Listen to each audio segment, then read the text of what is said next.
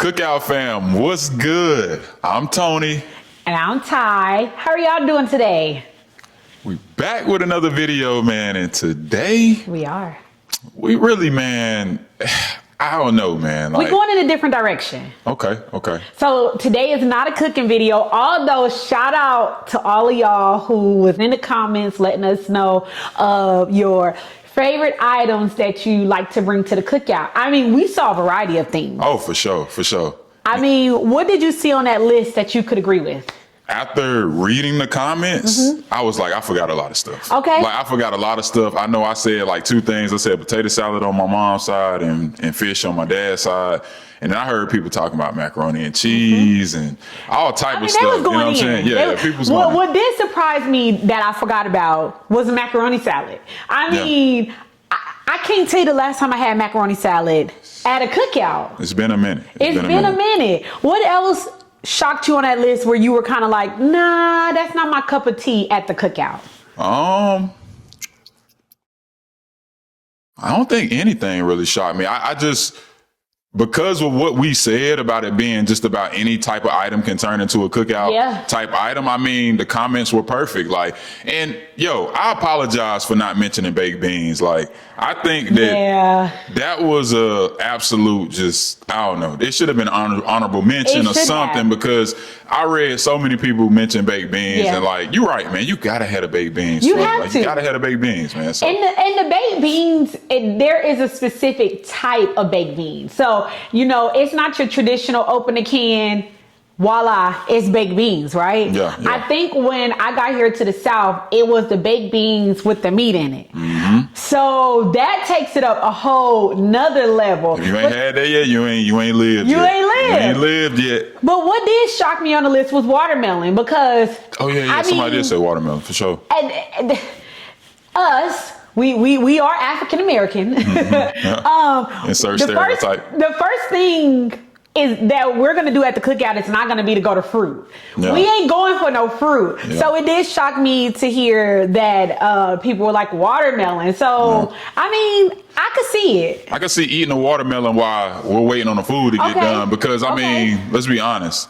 Food ain't never done on time. You know what I'm saying? Never. Like, but it just is what it the food ever done at a cookout? Or do you kind of, it's the size and you constantly having to go to the grill or to the grill master to get like the meat? It's rare that food is ever even completely done at a somebody's cookout. Constantly cooking. Somebody's constantly cooking. But if I'm hungry and I'm waiting and that watermelon sitting right there, I might snag a piece. For sure. But that's not why y'all here. Today, we are bringing a different kind of video to you. We are kind of like switching gears a little bit. So if you haven't done so already, make sure that you like, comment, and subscribe and turn on your post notifications so that you can be notified every time we drop a video. So tell them, when do we normally drop a video? Every Friday. 3 p.m. Eastern Standard Time. Yeah. And this week, y'all got a bonus video on a Monday. You did. Now listen, I can't say whether we're going to do it again this week. I can't confirm nor deny. But look, we have been talking about putting out more content.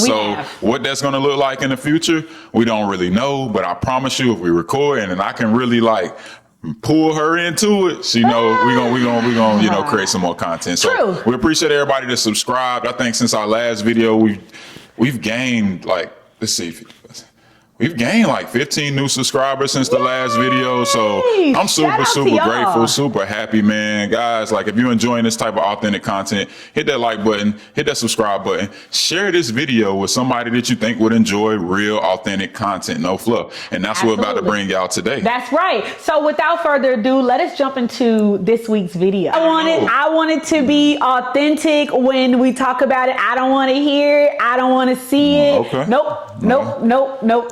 So today, guys, the topic of today's video, and like I said, it's a real one. You know, we've been married. It'll be 9 years this year.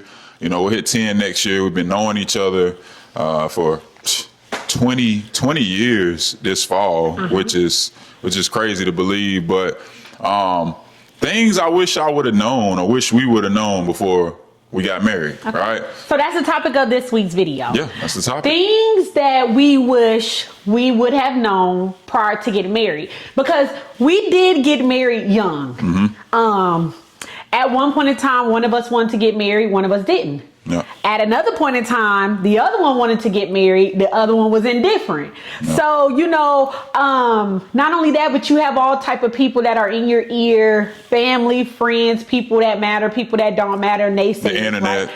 Everybody. So we wanted to bring to you this week things that Tony and Ty wish they had known before they got married. So that could be anything from knowing your family, your health history, all the way down to what's your favorite color. It's just, we wanted to be authentic about it, and we wanted to give y'all a first action review because we didn't talk about this. Neither one of us knows what the other one is going to say, and this is going to be the first time that we've actually talked about what we wish we would have known prior to getting married. So y'all are in for a treat. Okay, so the first thing that I wish I had known before we got married was parenting styles. And I say that because we are different parents. I am more of, I could be the cool parent, but I'm also the strict, this is what it's going to be. I said what I said. Don't challenge me. Don't come at me left. I don't want to hear it. That's the type of parent I am. And you the kind of parent that's like, ask your mom, or Saying I'm a pushover? I don't mind, or I mean, if the shoe fits. Ah, man. If the shoe fits. That's crazy. Where are my kids supporting me right now? So tell the people what kind of parent you are. What? I do think I am the opposite of what you're saying. Like, of what you're saying you are. You're Okay. right. You're completely correct. As the Okay. camera is like getting me out of, there we go.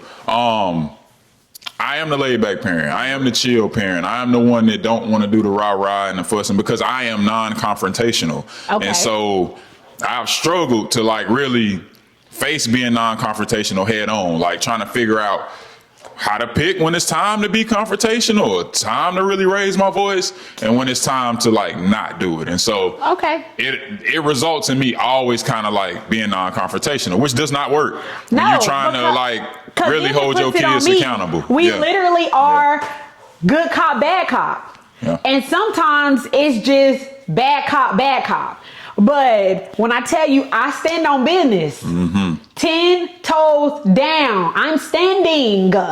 And sometimes it kind of feels like when I say go talk to dad, Yeah. then it's kind of like, well, let me talk to mom.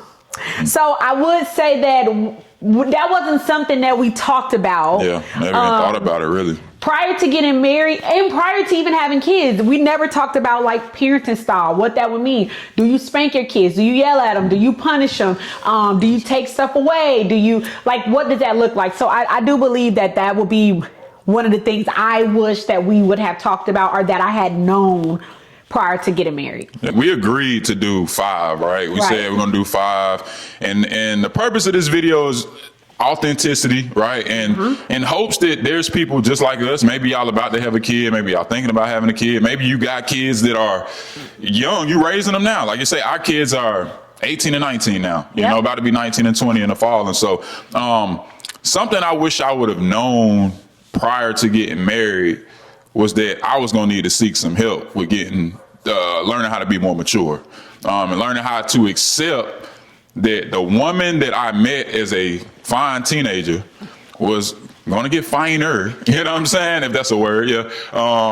But I also had to learn how to roll with the punches, meaning she was going to change. She was never going to stay the same person Okay. that I met. Like, I think as an immature youngster, when we met, I always thought like your personality was gonna stay the same, like, you know, how you acted, how you responded to things, like, was gonna stay the same, and it doesn't. And so like the reality is when you commit yourself to somebody for life, it's like they're not going to stay the same. Like, Right. and when they change, you got to know how to change and adapt. And I don't think I was mature enough to deal with that. So when the changes started happening, when I started seeing you change and your personality and like no nonsense approach to certain things and like not necessarily being soft spoken when it came to certain topics, like I started to kind of like, I didn't know how to react to it. Right. And so I think I really wish I would have did my research or talked to somebody that had been married for a long time, like seek wise counsel, like the word of God says, and, really had a full understanding of what that would look like. And so that way I could plan for that on how, because I feel like a lot of situations we went through was because I was immature. I did not understand that you were going to be changing over time. But so. you were given a lot of grace. Over the years. Yeah. A lot of grace. And that's not to shade Tony or to speak negative or to speak down on him, because we both changed, right? But it is hard because I did become a parent as a teenager. So my mind was automatically on what was next. How can we be better? How can I be better? How can I get to the bag safely? So I was constantly like on a hamster wheel trying to figure out how can we elevate. And sometimes that happened quicker in women than it do in men.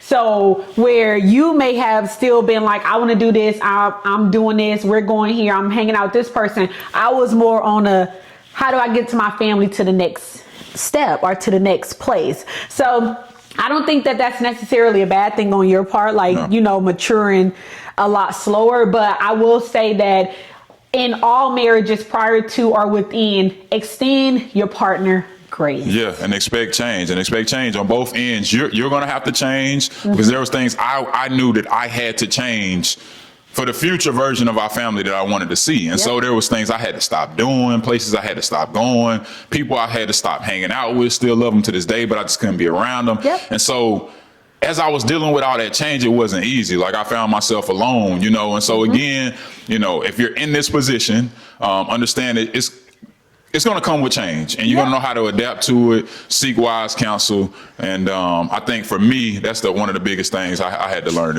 Number 3, the third thing that I wish I had known prior to getting married is that you would not only just lose friends in the direction that you're going, but also family members. That's good. So you kind of go into it like, oh, these will always be my people. This will always be my circle. This will always be my clique. Like I could always turn to this person. When you get married, I'm not saying that there's an immediate shift, but there becomes a shift in the people that are around you for a number of things. Some people's lives can be headed in different directions. You're getting married. They're not getting married. You having a family. They don't have a family. Things like, okay, y'all are going on trips and y'all are wearing family pajamas, Christmas pajamas together and things like that.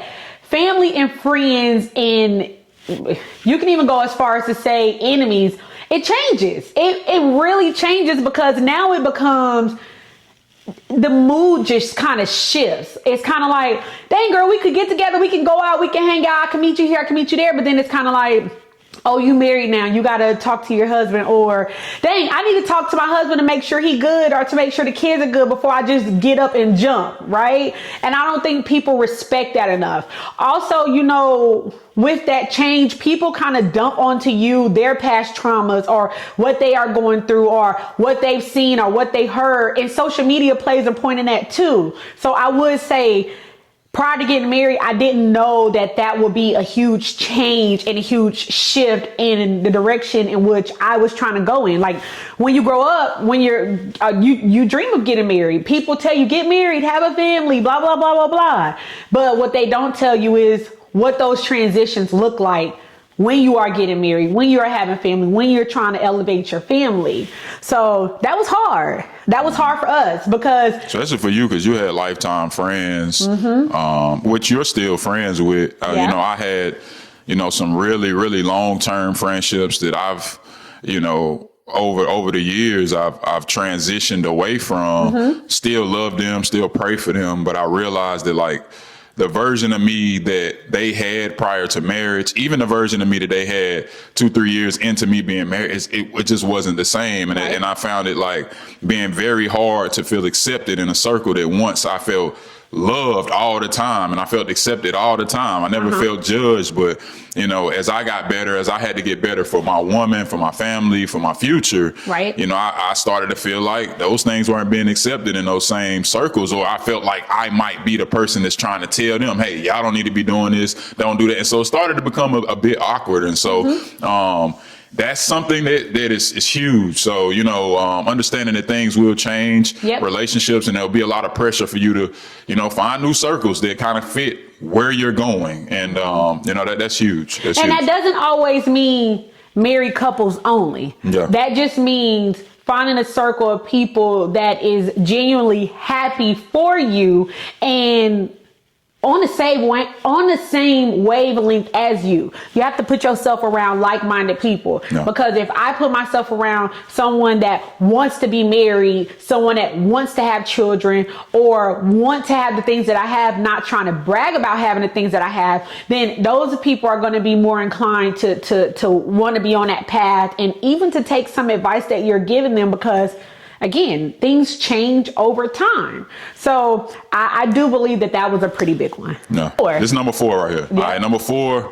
And I think this one is going to get a lot of people's attention, because I'm going to be true and I'm going to be honest about this. It's finances. Like, okay, that's a good one. You know, I want to bring it to the table because I'm going to be honest and true about the fact that when we got married, I thought what I was doing at that time would always be enough. And I soon learned, you know, that it wasn't going to always be enough. And not that my wife would turn into, you know, a gold digger or nothing like that. It's just like, once you marry somebody, it's about continuing to grow. Like, and so, you know, I had a very hard time because, like I said, I've been in the same industry for like 16 years. I've started businesses.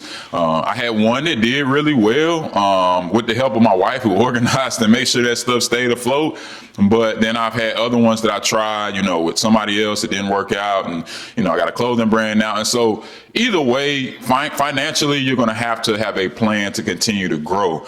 Not that, you know, making enough money to pay your bills is not a good thing, but you're going to need a plan to bring in more over time, because as you change, as you're raising children, things get more expensive. You know, our first mortgage was less than $1,000, like, you know, on our very first house. Like, you know, to think about that, like, life would not stay the same for long. You know what I'm saying? Like, if we could go back, right. But I honestly wouldn't want to go back, because we've grown so much. But I think, like, financially, you have to understand that, like, start putting a plan in place on, like, where you see yourself in the future. Write it down and, like, figure out how you're going to get there. You keep your job. There's nothing wrong with keeping your job. Right. You know what I'm saying? Like, as a matter of fact, it's probably the best thing that you can do is to keep your job and continue to work on other things. But I think financially, I've learned the hard way that, like, you know, I didn't necessarily, like, look into the future enough at the time of marriage, because I was just so happy, like, yo, we got married, like, you know, life's going to be perfect. And the reality is it wasn't, you know. And it becomes more along the lines of, like, not individual, but us being equally yoked as one. So now we're not taking, okay, you make this, I make that, I bring this to the table, you bring this to the table, and we ain't got to talk about what else we got on the side. And what people fail to realize is when you go into a marriage, everything essentially becomes one. And finances play a huge part. When you hear about people that don't work out, there are a couple of things that they say, and 9 times out of 10, the number one thing is money. Finances. It's money. So I mean, at least me, I didn't go into it like, oh, I'm about to get off, I'm about to get rich, he about to have this, I'm gonna be a stay-at-home mom, blah blah blah. I went into it like, okay, when 2 become 1, we level up. So finances, that is huge. And it's huge. And the reason I say this is because you got to see, like, prior to getting married, like, what type of person are you looking to marry? Like, is it a person that don't believe that y'all should be putting everything together and, like, digging out the same pot? Or does this person believe it should be all on you? Like, I grew up and I had, like, 3 really good examples of marriages that now that I'm 40, I can look back and say, I did see some successful marriages where both people worked really hard and both people gave everything they had. Like, it's not like what you see on the internet where people, like, I hear so many women say, I need a man to take care of me. There's nothing wrong with that. Like, if that's how you feel. But every woman doesn't feel like she wants a man to take care of her. She Right. wants to be somebody that can bring her own bag to the table and be like, hey, if I need to take care of my man, if he fall off, I will. You know what I'm saying? And so I soon realized that I did. I thank God that God blessed me with that type of woman. But I know that if you're about to get married, if you're close to it, hopefully you've been talked about this already by now. But finances is huge because you could have it today and it could be gone tomorrow. When the money is gone, is she gonna be gone? You know what I'm saying? Like that's the question. So that would be one of the ones that, you know, I wish I really would have thought more about. But I thank God that, you know, he gave me you. Aw, give me a kiss. So number 5, things that I wish I knew before I got married. And I don't think that this is something that I wish I knew. But I would say that number 5 has to do with your faith, your belief. There isn't anything that we ever question in this household about who we believe in, what we believe in, or anything like that. I do wish that we were a lot more centered prior to getting married. I do wish that, you know, we were more on one accord, because prior to getting married, we weren't going to church consistently. Church was not really, you know, at the top of our list. It was just work. Weekends is for weekends. And that was it. And I think the older we got and as we transitioned further into our marriage and into who we are, not only as individuals, but who we are as a married couple, God plays a very big part in that, right? So I do wish that it would have been that big of a part then than it is now. Yeah. Nah, I agree because, you know, again, I'll say this probably on just about every video we record is I'm not trying to take y'all to church, but I speak from my heart and I speak from being authentic. My wife knows no matter what we've been through in our marriage, like she didn't watch me fall out on my knees and cry out to God, because my faith is in him. Like even when it's dark and you can't see like a light being cut on, like we can't see in front of us, like that's when my faith kicks in. And I think ultimately I'm not like pumping myself up. I think it's that type of faith that's allowed our marriage to continue to grow and thrive through the good, the bad, the indifferent, to allow our children to grow up and see two parents like stick it out and fight it out no matter what. It's because I believe that this marriage was sent from God. Like, and because I'm rooted in my faith, because I pray for my family every day, because I trust that God is going to give us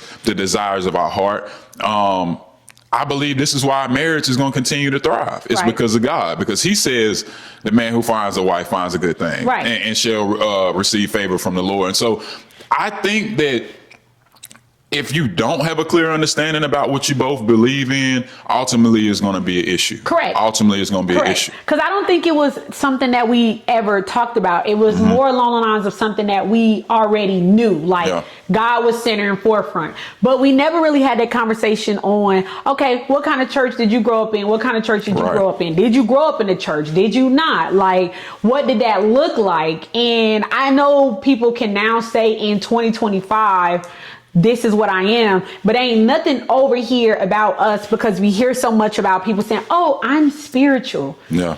What does that mean? Yeah, being spiritual and being, you know, and following the word of God and actually being obedient to his word is two completely different things. Completely different things. I mean, to each his own. You do what you do. And we're not knocking it.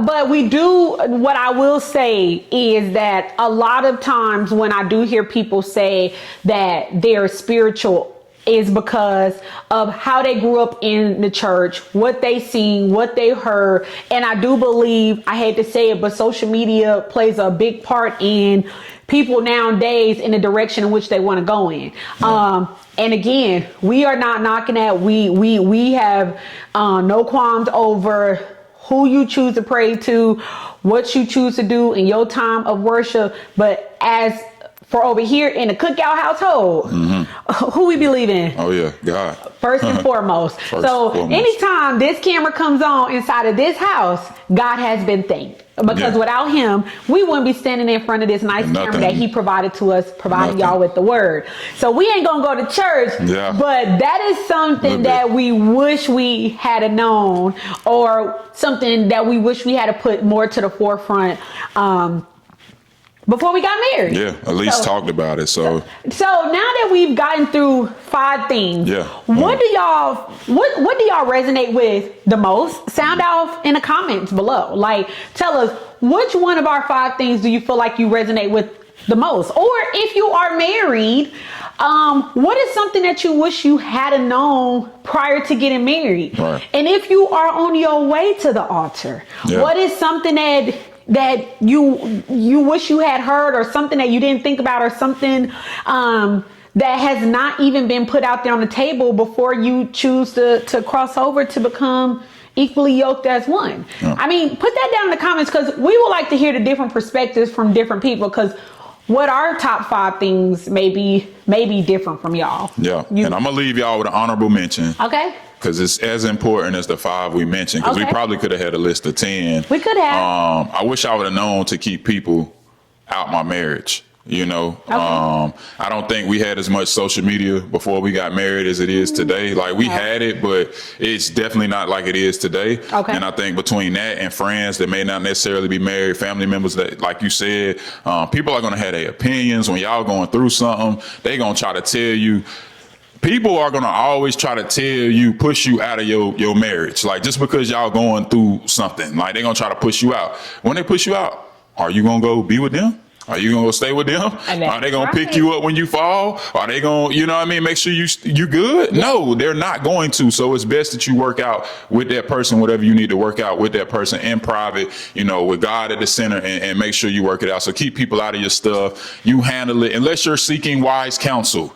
If you're not seeking wise counsel, if you're just seeking to be heard, then you ain't looking for no solution. So keep people out your stuff. That's the honorable mention. Honorable mention. And if you haven't done so already, please make sure you go like, subscribe, and comment, and turn on those post notifications so that you can be notified every time we go live, or every time we drop a video. Right. Is there anything else you want to say? Nah, I just want to say thank you for everybody that's subscribing and watching the videos. We appreciate it. We're about 6 or 7 weeks into this channel. So this journey is exciting. Like, I think I'm so excited about it. I talked to her about it too much. You know what I'm saying? We walking on the track, and I'm like, hey, guess what? We got another subscriber. You know what I'm saying? Guess what? Our video did better than the last video. And she kind of like, oh yeah. You know what I'm saying? Like, so I am super, super, super grateful.